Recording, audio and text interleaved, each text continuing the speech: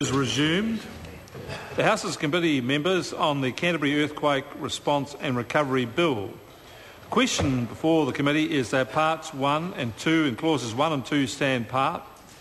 And at the break, the Honourable Clayton Cosgrove was speaking, and he has 20 seconds remaining should he wish to continue.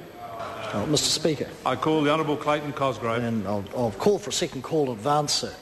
Mr. Speaker, before the break, and I appreciate the Minister and the Chair being present to answer some questions, I raised some issues in respect of firstly the Cabinet paper which he was good enough to provide to us. And I don't raise these issues, sir, out of any criticism. I understand, as I said before the break, Mr. Chair. I call the Honourable Clayton Cosgrove. I think I'm gratified, Mr. Chair, that this legislation... Could I just ask the member to speak directly into the microphone? Thank you, sir. That this legislation was pulled together very quickly, but I note in the consultation section that a wide range, almost an exhaustive list of government agencies were consulted with. The difficulty I have, sir, and I'd be grateful for some information, is to how those agencies responded, if they did at all. I'm assuming that the advice that was received, if any, from agencies like the Department of Building and Housing, who would have a huge interest in this legislation, the Department of Internal Affairs, MFE themselves, DPMC, of course, as a central agency, may have provided advice initially orally to aid with the construction of the legislation. But I would have thought, since it was signed off or since conversations were had almost a week ago and this legislation was signalled, that they would have come back and provided written advice, if only to place on record from themselves as agencies the fact that they had executed their duties appropriately in giving ministers due advice. It would be, and I'm sure the Minister would accept this, unusual, although I accept this as unusual and swift circumstances, where agencies like DPMC provided no advice, no written advice, and certainly agencies like the Department of Building and Housing provided no advice at all.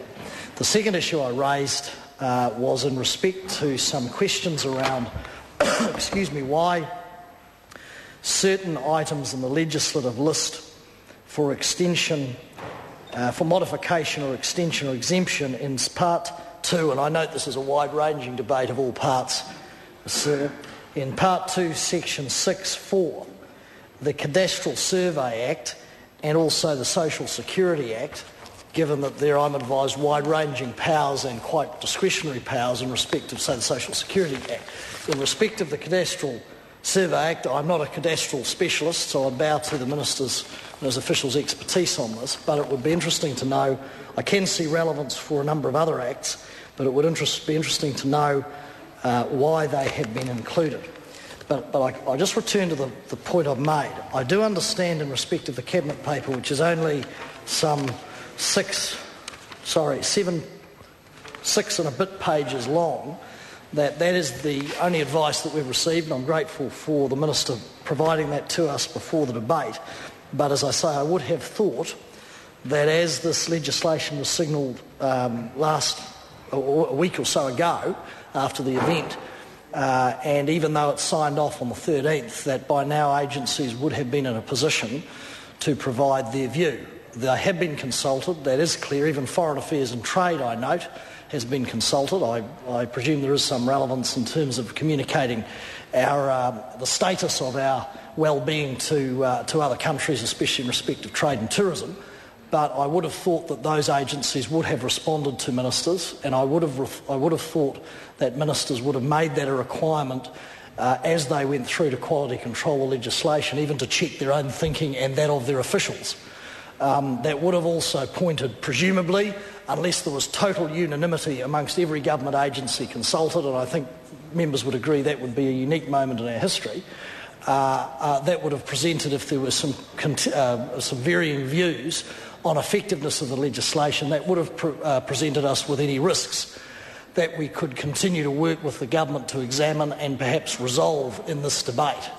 But I do come back to it. It is rather unusual that there is only a 6 and 2 paragraph document. It appears to be the only written advice to ministers in respect of this legislation. Now, I say this not to be obstructive. I simply say this because, like the Minister, we want to see the best possible legislation come out of this chamber tonight so that he and his colleague John Carter and others can present the best possible outcome for the people of Canterbury. But it does concern us that, as I say, 6 and a bit pages is the only written advice under the name of one Minister, where all other agencies are consulted, but they have not provided any responses at all.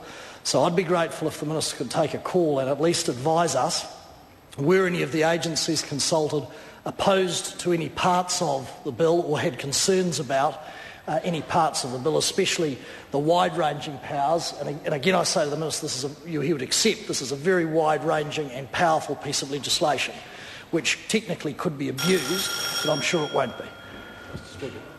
I call the